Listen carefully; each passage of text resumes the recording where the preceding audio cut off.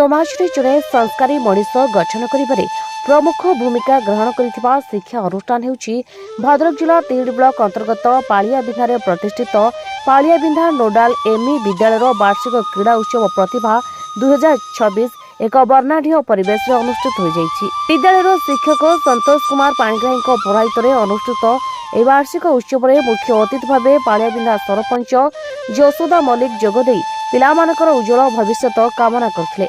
मुख्य वक्ता भाव पालियाबिंधा पंचायत समिति सभ्य जीवन ज्योति पलाई जोगदे कोमलमती पिलांकु संस्कारमूलक एवं मूल्यबोध भित्तिक शिक्षा प्रदान करी सेमानकु उत्तम नागरिक भाव गढ़ी तोड़िबारे पालियाबिंधा नोडाल एमई विद्यापीठर प्रधान शिक्षक दीप्तिकांत पंडांक अक्लांत परिश्रम एवं शिक्षक शिक्षयित्रींकर गुरुत्वपूर्ण भूमिका रही बोली मत व्यक्त करथिले। एथिरे सम्मानित अतिथि भाव बीएनएमई स्कूल प्रधान शिक्षक जतीन्द्र मोहन पाढ़ी बरुणाई स्कूल प्रधान शिक्षक रश्मि रंजन मल्लिक जोगदे शिक्षा क्षेत्र में केवल जे शिक्षक नुहंती एथिरे अभिभावक माने कोमलमती शिशुमानक प्रथम गुरु सेमाने निज शिशुमानकु उचित मार्ग दर्शन देले शिक्षक माने ताकु निश्चय आगकु नै आहुरी सफल हेबे बोली कहिथिले।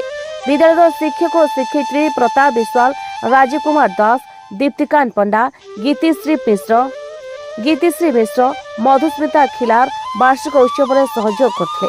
छात्र छात्री को अतिथि मानक द्वारा पुरस्कृत करा जायथिला।